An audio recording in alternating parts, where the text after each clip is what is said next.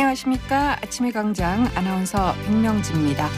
오늘부터 대구의 택시 요금이 오릅니다. 중형 택시 기준으로 13.5% 올랐는데 기본 요금은 4,000원으로 올랐고 거리 요금은 130m당 100원, 시간당 요금은 31초에 100원이 올라가는 것으로 조정됐습니다.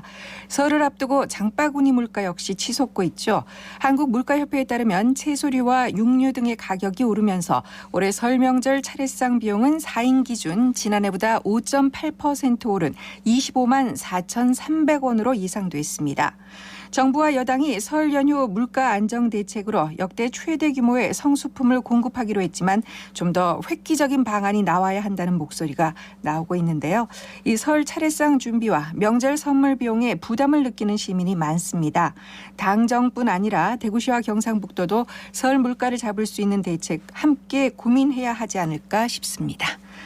자, 1월 16일 월요일에 전해드리는 아침의 광장입니다. 먼저 이 시각 교통 상황과 날씨 정보 듣겠습니다. 윤가영 리포터. 네, 먼저 고속도로입니다. 가장 주의하실 구간은 중앙고속도로인데요. 춘천 방향으로 다부터널 일대로 길게 밀려있는 모습입니다.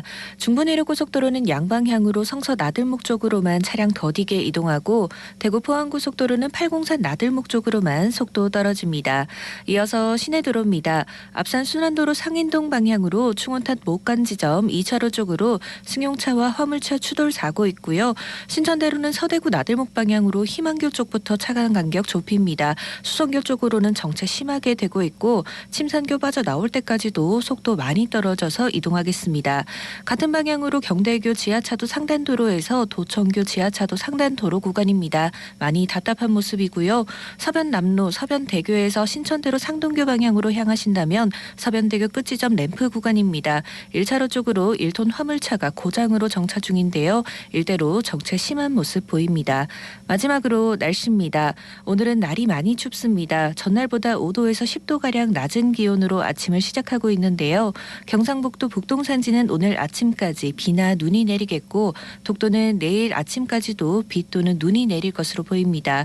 원활한 대기 확산과 강수의 영향으로 미세먼지 농도는 좋음 수준 보이겠습니다.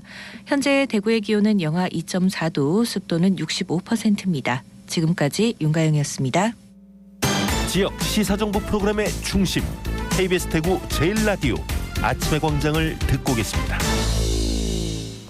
오늘 아침 지역의 주요 뉴스 살펴봅니다. 뉴스민 천영길 기자, 매일신문 배주영 기자 두 분과 함께합니다. 안녕하세요. 네, 안녕하세요. 안녕하십니까. 네, 청 기자님 먼저 전해주시죠. 네, 대구시가 일전에도 발표했었던 대형마트 의무 휴업일을 월요일로 변경한다는 계획, 2월 10일부터 네. 이게 시작된다라고 하는 발표를 했는데요. 네. 이 대구시가 지난주 13일에 이 대구시 대형마트 월요일에 쉰다라고 하는 제목으로 이 보도자료를 배포했습니다.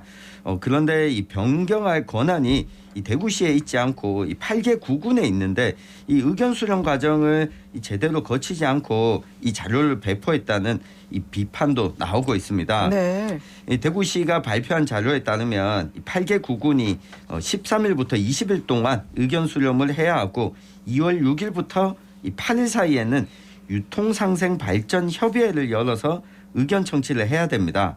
이 법과 조례를 살펴보면 이 구군 단체장이 이해 당사자 간 합의를 거쳐서 날짜를 변경하도록 하고 있거든요. 네. 이 합의를 이루는 과정이 이 경우에 따라서 추가적인 이 논의 시간이 필요한데 이게 8개 구군마다 논의하는 방식 자체가 또 다를 수도 있는데 이 대구시가 또 일괄적으로 이 배포를 했다라고 좀 비판이 나오고 있는 겁니다. 이 대구시 주장에 따르면 이 의견 수렴과 이해관계자 간 합의 도출 과정이 휴업일 전환이라는 대전제는 두고 시점만 조율하는 수준이다라고 하는 건데요.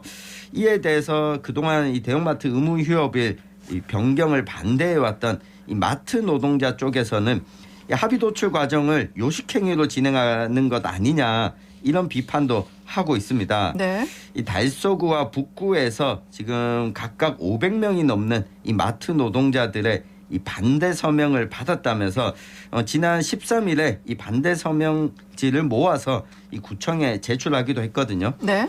앞으로 지금 2월 10일이면 얼마 남지 않았는데 대형마트 의무 휴업일 변경 과정 어떻게 진행될지 계속 좀 살펴보고 이 소식을 전해드리도록 하겠습니다. 네. 의무 휴업일을 뭐 주말로 할지 평일로 할지 뭐 변경은 할 수 있겠지만 충분한 의견 수렴 과정을 거치지 못했다 이런 네. 지적이시군요. 맞습니다. 네. 다음 소식은요. 네, 팔공산 국립공원을 추진하고 있는 환경부가 공원 부지 초안을 오늘 공개합니다. 네. 이 초안을 통해서 국립공원으로 편입될 토지의 구체적인 위치와 규모 등을 확인할 수 있게 됩니다. 이후 공원위원회 심의 의견 조율 등 국립공원 지정을 위한 절차들이 진행될 예정입니다. 하지만 인근 지주들은 사유재산 침해 등의 이유로 국립공원 승격을 반대해왔는데요. 지난 13일에도 지주들은 대구시와 환경부를 규탄하기 위한 12km의 도보 행진을 진행하기도 했습니다. 네. 또 주민들은 오늘부터 진행되는 환경부의 주민 공람 절차에 대해서도 주민들과 사전 협의가 부족했다며 불만을 드러내고 있습니다. 이들은 미리 무슨 내용인지 주민들과 공유도 하지 않았고 주민들의 요구사항에 대한 답변도 없었다고 목소리를 높이고 있습니다. 반면 대구시는 이렇게 초안이 공개되면은 국립공원으로 지정되는 사유지에 대해서는 매입 절차가 빠르게 진행될 것으로 예상된다며 주민들의 불만도 어느 정도 해소될 수 있을 것으로 기대하고 있습니다. 네. 뭐 803 국립공원 추진 문제 역시 마찬가지입니다만 이렇게 찬반 양론이 팽팽한 사안에 대해서는 이 충분한 수기 과정을 꼭 거쳐야 된다는 게 참 중요해 보입니다. 다음 소식 듣죠? 네, 인구 감소 추세가 우리 피부에 점점 와닿고 있습니다. 네. 우리나라 주민등록 인구가 2020년, 21년, 22년 이 3년 연속 감소한 것으로 드러났는데요. 네. 이 가운데서도 대구시의 경우에는 지난해 12월 31일 기준으로 236만여 명으로 나타났습니다.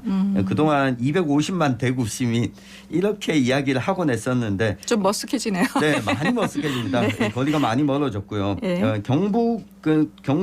경상북도 역시 그동안 뭐 300만 경북도민 그렇죠. 예. 이야기했는데 260만여 명으로 나타났습니다. 아이고, 네. 차이가 많이 그러네요. 났죠. 네. 2021년 대비해서 인구가 증가한 지역을 보면 경기, 인천, 세종, 충남, 이 제주 등 이 광역 단체 5곳이었는데요. 네. 이 수도권 인구가 늘어났고 이 수도권과 가까운 이 충남이 늘어난 겁니다.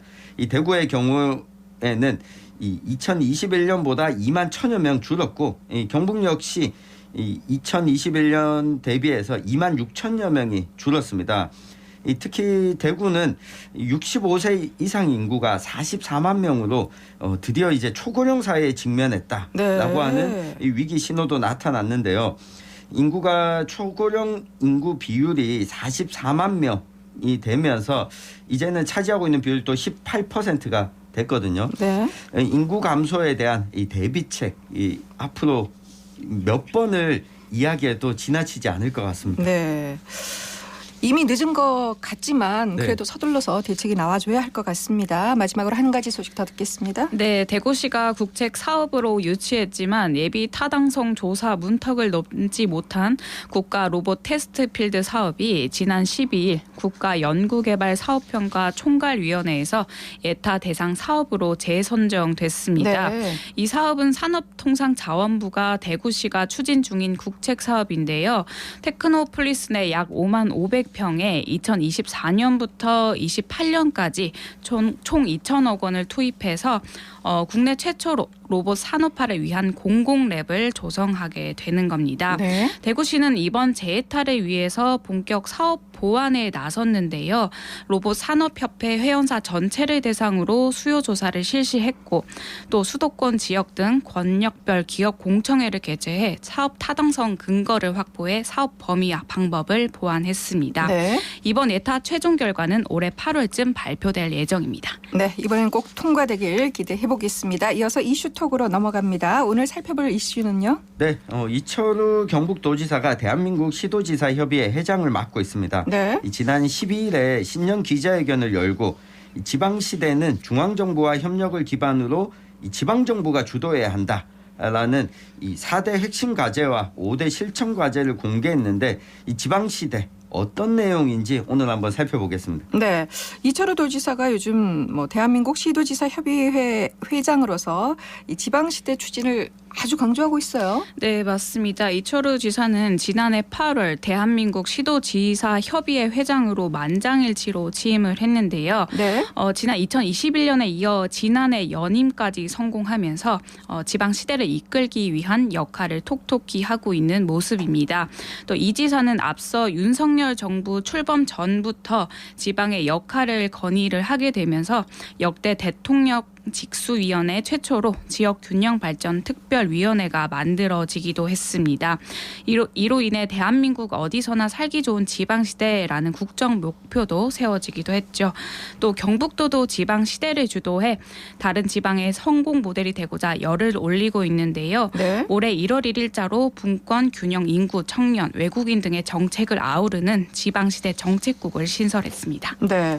자, 이번에 시도지사 협의회가 지방시대를 열기 위한 4대 핵심 과제와 또 5대 실천 과제를 공개했습니다. 그 내용을 좀 살펴봐 주시죠. 네, 4대 핵심 과제는 이 중앙지방협력회의의 실효성을 제고하고 이 지속가능한 지방정부의 실천 과제를 추진하고 이 지방외교법을 제정하고 이 지방주도로 국가 대개혁을 하겠다는 게 핵심 과제입니다. 네. 이 구체적 5대 실천 과제를 보면 이 지방분권 개헌 및 지방정부를 법제화하고 지방입법권과 자치조직권을 강화하고 이 재정분권, 이 재정협치도 강화하고 이 특별지방행정기관, 지방이관 등 이 중앙정부와 지방정부의 기능을 다시 조정하는 걸 담고 있습니다. 여기에 또 한 가지 포함된 게 이 KBS, MBC 등 공영방송의 지방 이전까지도 제시를 했는데요. 네. 이 내용들을 종합적으로 보면 우리 문재인 정부 때도 이야기가 나왔던 연방제에 준하는 이 지방 정부를 실현하겠다 이런 목표를 제시하면서 자치경찰뿐만 아니라 소방 안전 부분의 예산을 시도지사에게 이 권한을 부여하는 쪽으로 이 대폭 좀 늘리겠다는 계획입니다. 네. 또 재정분권 결국 이 지방분권에 있어서 이 권한만 주고 재정을 안 주면 별 의미가 없다라고 그렇죠. 예. 하는 지적이 있어 왔는데요. 이 지방 교부세율을 대폭 인상하고 이 균형발전 특별회계의 이 자율 개정을 확대하고 쓸 수 있는 항목을 이 지방 정부가 이 자율적으로 할 수 있도록 하자라고 하는 건데 여기다 지방 소멸 대응 기금도 더 늘려 나가야 된다라고 밝혔습니다. 또 지속 가능 균형 발전을 위해서 지금 얼마 전에 이야기가 나온 바 있죠. 그린벨트 해제에 대한 부분, 네네. 이 권한을 시도지사에 좀 넘겨주는 방안 등 이 지방 정부가 종합적이고 자율적으로 사업을 추진할 수 있도록 이 권한을 넘겨주는 것까지 포함하고 있습니다. 네. 이 중앙지방협력회의는 그 말 그대로 중앙정부와 지방정부가 협력을 모색하는 그런 회의로 볼 수 있겠죠? 네, 맞습니다. 이 중앙지방협력회의는 그 이철우 지사가 지난 2012년 국회의원 시절에 직접 발의한 것으로 중앙정부와 지방정부가 수평적으로 협력하는 창구다라고 이해하시면 되겠습니다. 네. 하지만 그동안 대통령을 포함해서 중앙지방협력회의를 좀 진행해오다 보니까 이 행정안전부에서 모든 회의 안건을 다 만들어 왔어요. 그래서 어쨌든 이 중앙과 지방의 수평 협력을 위해 만들어진 기구인 만큼 지방에서도 안건을 만들 수 있도록 하기 위해 이번에 지방 지원단을 설치하기로 했습니다. 즉 지방 정부가 주도하는 지역 혁신을 통해서 국가 혁신을 실현해 가겠다는 의지를 드러낸 셈입니다. 네. 그래서 이 다음 달로 예정된 3차 중앙지방협력회의에서 이 지방이 안건을 만들었죠. 네. 제가 시도지사 협의회에서 만든 내용을 좀 살펴봤는데요. 특별지방행정기관 지방이관, 또 교육재정 합리화, 시도 집행부 및 의회 조직권 강화, 지역 소멸기금 배분 계획 이런 것들이 나와 있는데 이 내용들 좀 자세히 살펴봐 주시죠. 네, 특별행정지방기관은 국토하천이나 해양항만, 환경, 고용노동 등의 업무를 보는 기관인데 네. 쉽게 생각하면 이렇습니다. 이 대구 고용노동청이 대구와 경북 지역의 노동 관련 업무를 다 보고 있거든요. 그리고 이 국토와 관련해서도 이게 지역별로 행정자치구역과 별개로 이 관할구역이 나뉘어져 있습니다. 그렇죠. 네, 그러니까 대구 경북인데 부산지방국토청에서 관리를 하더라고요. 맞습니다. 예. 그리고 또 환경부의 경우에도 이 대구지방환경청이 이 낙동강 인근을 관리하지만 또 낙동강 북부 지역은 낙동강유역환경청이 또 이 관리를 하거든요. 이게 이 지방이 직접적으로 좀 할 수 있는 게 아니라 중앙부처가 이 중앙부처의 산하기관처럼 움직이다 보니 이 제대로 업무 자체가 이루어지지 않는다라고 하는 게 이 지방의 시각인데 이런 부분들을 지방의 권한을 좀 이양하는 내용을 갖고 있습니다. 여기에 뭐 한 가지만 더 말씀드리면 네. 이 지역 소멸 기금도 배분하는 걸 행안부가 하고 있거든요. 네. 이걸 지방에서 직접 하도록 하자라고 하는 내용도 담고 있습니다. 네. 그리고 앞서 청 기자가 잠깐 지적을 해주셨는데 방송사의 지방 이전 역시 강력하게 추진하기로 했다고요? 네, 맞습니다. 시도지사 협의회는 그 지역 균형 발전을 위한 노력이 이때까지 효과를 보이지 못했던 이유가 언론이 수도권에 몰려있기 때문이다라고 판단을 했는데요. 윤석열 대통령도 방송사 지방 이전에 대해서도 긍정적인 의견을 보이면서 현재 부산시랑 광주시, 세종시 등이 방송사 지방 유치를 위해서 물밑에서 움직이고 있는 것으로 알려졌습니다. 네, 여기엔 저희 KBS도 포함이 되는 걸로 네. 알고 있습니다. 그리고 이 대통령실과 국회 세종 이전 역시 언급되고 있죠? 네, 뭐 국회법 개정으로 이전 근거가 마련됐기 때문에 조속히 추진해야 한다. 이철우 지사가 강조하고 있는데요. 이 김진표 국회의장은 이 세종의사당, 국회의 세종의사당을 설치하는 내용도 마련해서 국회에 또 제출하기도 했습니다. 네. 이철우 지사는 일단은 이 4대 협의체, 시도지사 협의회, 시장군수 구청장 협의회, 이 시도의회 의장 협의회 뭐 등도 세종 이전을 조속히 추진하겠다고 밝히기도 했습니다. 네. 근데 제 생각에는 국방이라든가 외교 문제는 중앙에서 해야 되지 않을까 싶은데 지방 외교법 제정도 나와 있더라고요. 네, 뭐 이철우 도지사가 이번 기자회견에서 지방 외교도 강조했는데요. 네. 지방 외교법을 제정해서 지방 외교관직을 신설하고 광역 비자 발급 제도를 도입하는 등 외국인 근로자 정책 합리화를 추진해야 한다. 이렇게 밝혔습니다. 무엇보다도 외국의 인력을 유치해 오는데 이게 법무부의 이 승인을 받고 기다려야 되는 게 많다 보니까 그렇죠. 우리 예. 코로나19 시기에 경북의 농어촌의 일손 부족 문제를 겪었을 때 이런 사태가 벌어지지 않도록 이 지방에서도 이 판단을 할 수 있도록 해야 된다는 겁니다. 그 권한 일부는 좀 넘겨줘야 된다. 예, 그런 말씀이시네요. 이 지방 시대를 열기 위해서 다양한 방안들을 제시하고 추진 의지를 밝힌 것으로 보이는데 글쎄요, 두 기자께서는 어떻게 평가하시는 건가요? 저는 그 공공기관뿐만 아니라 결국 혁신 성장을 이끌 수 있는 기업들의 지방 분산도 필수라고 봅니다. 양질의 일자리 없이는 지방에 사람이 오지 않습니다. 대구의 산업기술 인력 부족률은 지난 2020년 기준 3.7%로 충북 4.1% 다음으로 전국에서 가장 높다고 합니다. 네. 이에 더해 유치하는 공공기관, 언론, 기업들이 이제 지역에 잘 정착할 수 있는 정주 여건 개선도 필요하다고 보는데요. 대구 동구 혁신도시 같은 경우에는 오래전부터 공공기관들이 유치해 왔지만 해당 인력들이 주말만 되면 다시 서울로 돌아가면서 그 도시가 좀 텅 빈 모습을 보이게 되지 않습니까? 네네. 그래서 지방 발전은 지역에 온 사람들이 거주하면서 가치를 창출할 때 생긴다고 보면서 이에 맞춘 교육, 문화 인프라 마련이 필요하다고 생각됩니다. 네. 네, 이게 결국은 중앙정부의 정책 의지가 저는 가장 중요하다고 봅니다. 네네. 지방 균형 발전을 위해서 지방정부의 권한을 이양하고 지방에서 요구를 하더라도 이 국토 균형 발전을 위한 이 국토부가 가지고 있는 역할, 그 예산 편성과 관련해서 이 기획재정부가 가지고 있는 역할을 이 지방정부로 이전하기 위해서는 이 중앙정부, 이 대통령의 의지가 무엇보다 중요해 보이거든요. 그렇죠. 지금 지방자치분권 및 지역균형 발전에 관한 특별법이 이 국회에 발의가 돼 있는데 아직 문턱을 넘지 못했습니다. 이 법률적인 뒷받침이 있는 가운데 이 중앙정부의 이 적극적인 이 지방으로 권한 이양 이게 동시에 이루어지길 좀 바라보겠습니다. 네, 지금까지 뉴스민 천영길 기자, 매일신문 배주영 기자였습니다. 두 분 말씀 잘 들었습니다. 감사합니다.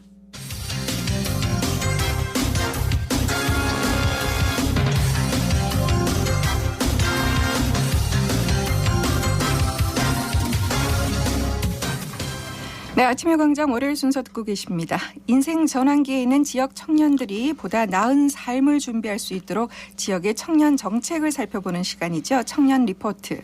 오늘은 대구시 청년상담소 강혁주 상담사와 함께합니다. 어서 오세요. 네, 반갑습니다. 네, 오늘 소개해 주실 청년 정책은 무엇인가요? 네, 지난번 일본과 EU, 핀란드의 청년 정책을 살펴보았는데요. 오늘은 이어서 캐나다와 프랑스 청년 정책 사례와 대구시 청년 보장대에 대해서 살펴보겠습니다. 네, 그럼 우선 캐나다부터 살펴볼까요? 네, 먼저 캐나다 청년 정책의 특징을 말씀드리겠는데요. 네. 캐나다의 청년 정책은 청년들을 정책의 대상자이자 당사자로 인정하고 청년들의 청년 정책 참여를 보다 폭넓게 지원하고 보장하고 있습니다. 네. 특히 청년회 의회를 구성해서 청년들의 정책 참여를 보장하고 있는데요. 우리나라는 서울에서 시범적으로 운영되었던 적이 있습니다. 네, 청년의회 말씀이시죠. 네. 이게 이제 이미 캐나다 청년 정책의 사례를 가져왔던 거군요. 네, 맞습니다. 네, 그리고 캐나다 청년들은 특별 자문관으로 위촉되는데요. 청년 정책 수립에 참여할 수 있는데 매년 직간접적으로 해당 제도를 통해 참여하는 청년은 5천 명이 넘는 것으로 집계되고 있습니다. 정말 많은 청년들이 참여하고 있네요. 네, 맞습니다. 그야말로 청년들의 정치 참여 모델로 각광받고 있다고 할 수 있는데요. 이런 청년의회는 세 가지 원칙을 가지고 운영되는데, 하나, 청년들은 자신의 목소리를 내고 존중받을 권리가 있다. 둘째, 청년들은 동등한 기회와 지원을 받을 권리가 있다. 셋째, 청년들의 잠재력이 발휘되는 것은 모든 캐나다인을 이롭게 한다입니다. 네, 참여와 권리를 중요시하는 것 같은데 글쎄요, 일자리 정책은 어떻습니까? 이 부분이 좀 궁금하거든요. 네, 캐나다 청년 정책은 YesYes라고 불리고 있는데요. 네, 청년의 기술과 경력 축적을 도와 직업을 찾고 유지시키는 것을 목표로 삼고 있습니다.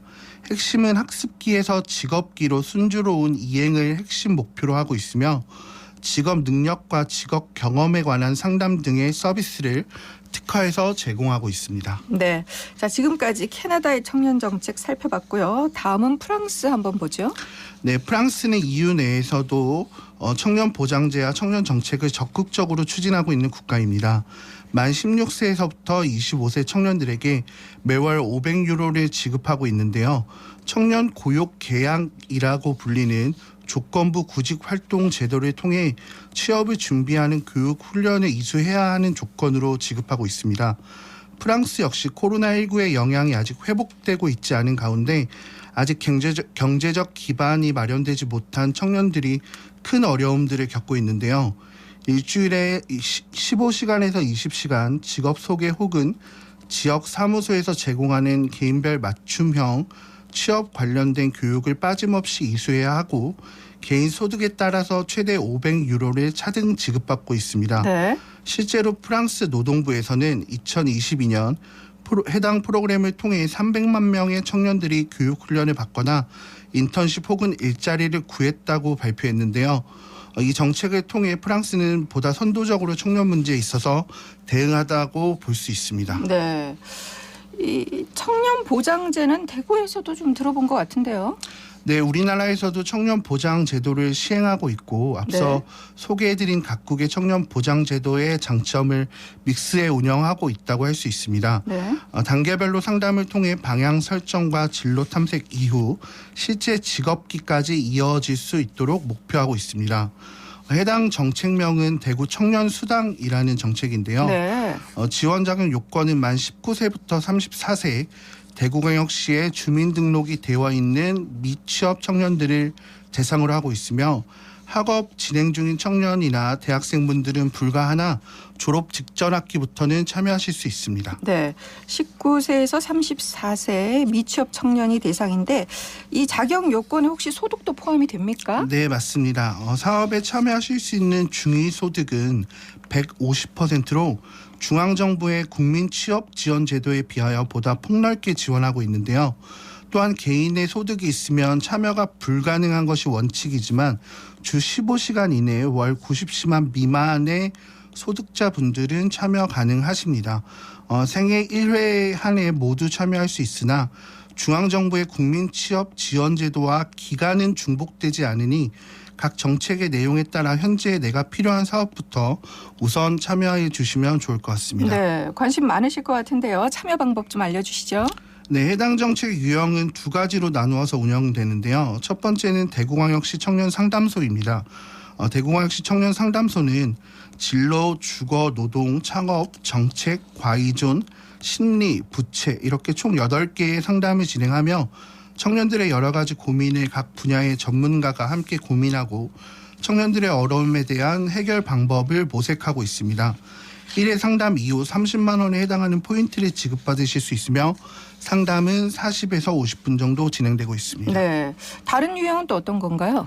네, 한 가지 더 유형은 진로 탐색 유형이라고 하는데요. 네. 우리나라 교육 과정이 다양화되었다고 하지만 아직 청년들의 다양해진 삶의 양태에 비하여 부족한 점이 있다고 생각됩니다.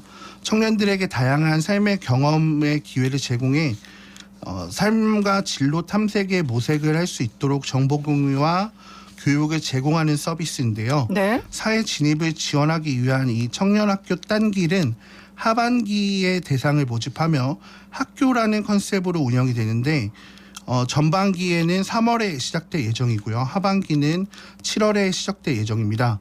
종전에 운영된 학과를 살펴보면 가죽공예, 3D 프린터, 연극학과 등 다양한 분야의 학과들이 개설되며 기간은 주 1회 총 8주 정도 진행됩니다. 네. 이 중에 6회차 이상 참여해야지만 청년수당을 수령하실 수 있는 자격 요건이 되고요. 해당 자격 요건에 충족하시는 분들은 150만 원에 해당하는 포인트를 수령하실 수 있습니다. 네, 오늘 청년 리포트는 여기까지 듣겠습니다. 지금까지 대구시 청년상담소 강혁주 상담사였습니다. 고맙습니다. 네, 감사합니다. 네, 오늘 대구와 경북 지역은 찬 공기가 남하하면서 기온이 많이 떨어져 춥습니다. 특히 주말과 휴일 동안 내린 비 또는 눈이 얼어서 도로가 매우 미끄러우니까요. 특별히 교통안전에 유의하시기 바랍니다. 아침의 광장 마치겠습니다. 안녕히 계십시오.